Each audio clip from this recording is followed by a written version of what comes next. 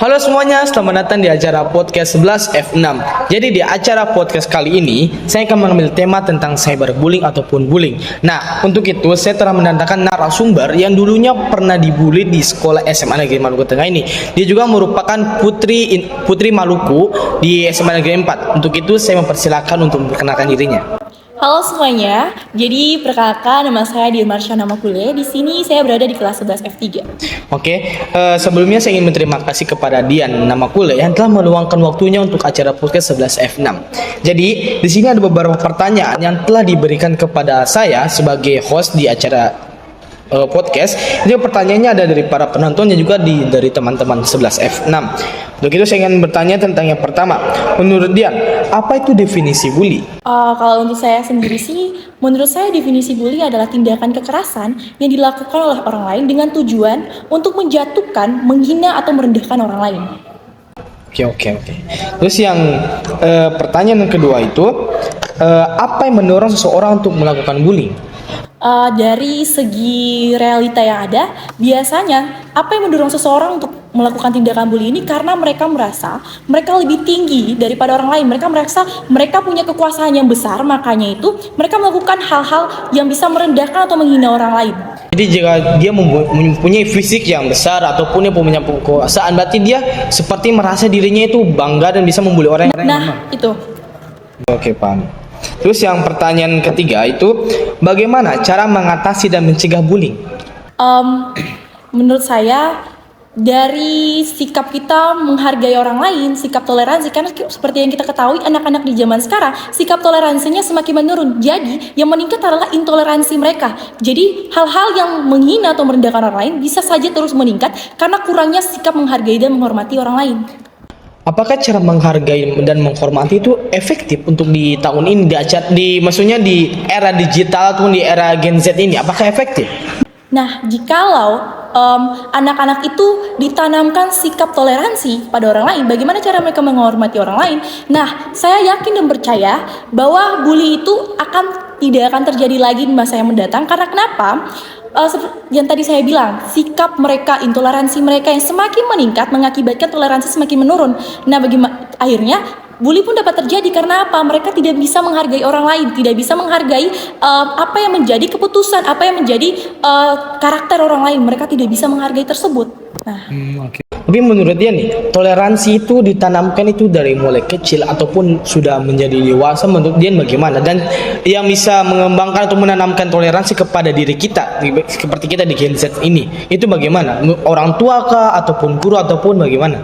Nah, kalau menurut Dian sih, memang sikap toleransi ini harus ditanamkan sejak dini, sejak mereka masih kecil pula harus ditanamkan hal tersebut. Karena kenapa? Dan juga peran orang tua itu sangat diperlukan.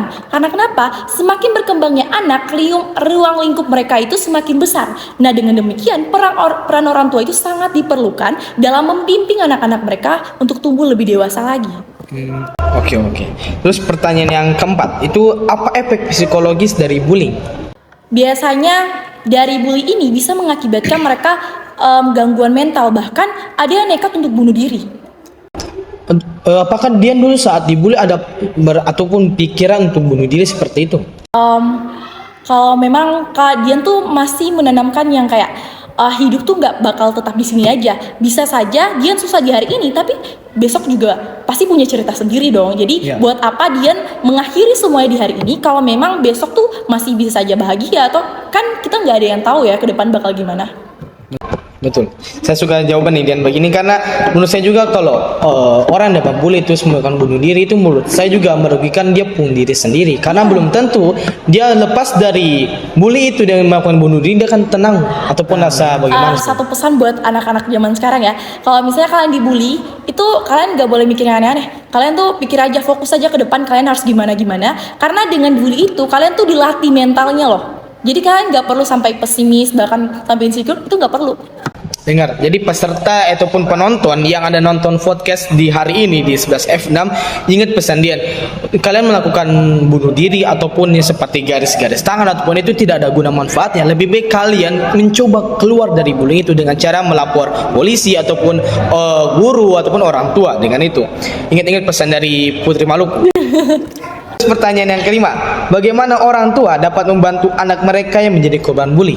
Nah, itu yang tadi Dian bilang ya, kalau peran orang tua itu sangat diperlukan. Nah, kalau misalnya ada anak mereka yang terkena tindakan bully, maka di situ orang tua harus bisa merangkul dan membimbing anaknya. Seperti yang tadi Dian bilang, jangan sampai pemikiran-pemikiran negatif itu muncul, atau bahkan orang tua meninggalkan anaknya sendiri. Karena kalau orang tua meninggalkan anaknya sendiri, otomatis mereka merasa, oh saya sendiri nih, gak ada yang di samping saya di saat saya lagi terpuruk kayak gini, lalu saya harus lari kemana? Nah, itu orang tua harus ada tempat mereka membagi keluh kesah mereka setelah dihajar habis-habisan sama dunia ini. Tempat berpulang mereka adalah di rumah dan juga di orang tua.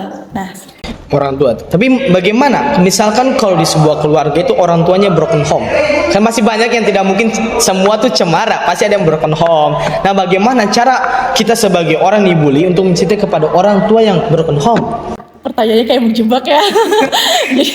jadi kalau misalnya nih, biasanya kalau memang keadaan keluarga mereka yang tidak cemara, yang broken home, biasanya mengakibatkan anak-anak tidak mau terbuka kepada keluarga. Ya. Nah, jadi mereka memanfaatkan lingkungan luar mereka, seperti teman-teman dekat mereka. Disitulah teman kita sebagai teman-teman mereka juga harus bisa menjadi tempat curhat mereka, jadi tempat keluh kesah mereka. Kita harus bisa mencoba untuk ada, bukan malah kita menjauhi dia karena kita mendengar rumor kayak ih ternyata anaknya gini sampai dibully. Nggak perlu, kita berteman dengan dia. Kalau memang kita mendapatkan hal yang positif, lanjutkan. Nggak perlu memandang dari sudut pandang orang lain gitu. Oke. Mungkin dari sesi pertama itu pertanyaan umum tentang bullying. Saya mengucapkan terima kasih kepada Dian. Jadi para penonton jangan kemana-mana. Habis ini kita akan masuk ke sesi kedua, yaitu tentang pertanyaan tentang Dian, bagaimana dulu pernah dibully, bagaimana perasaan dia.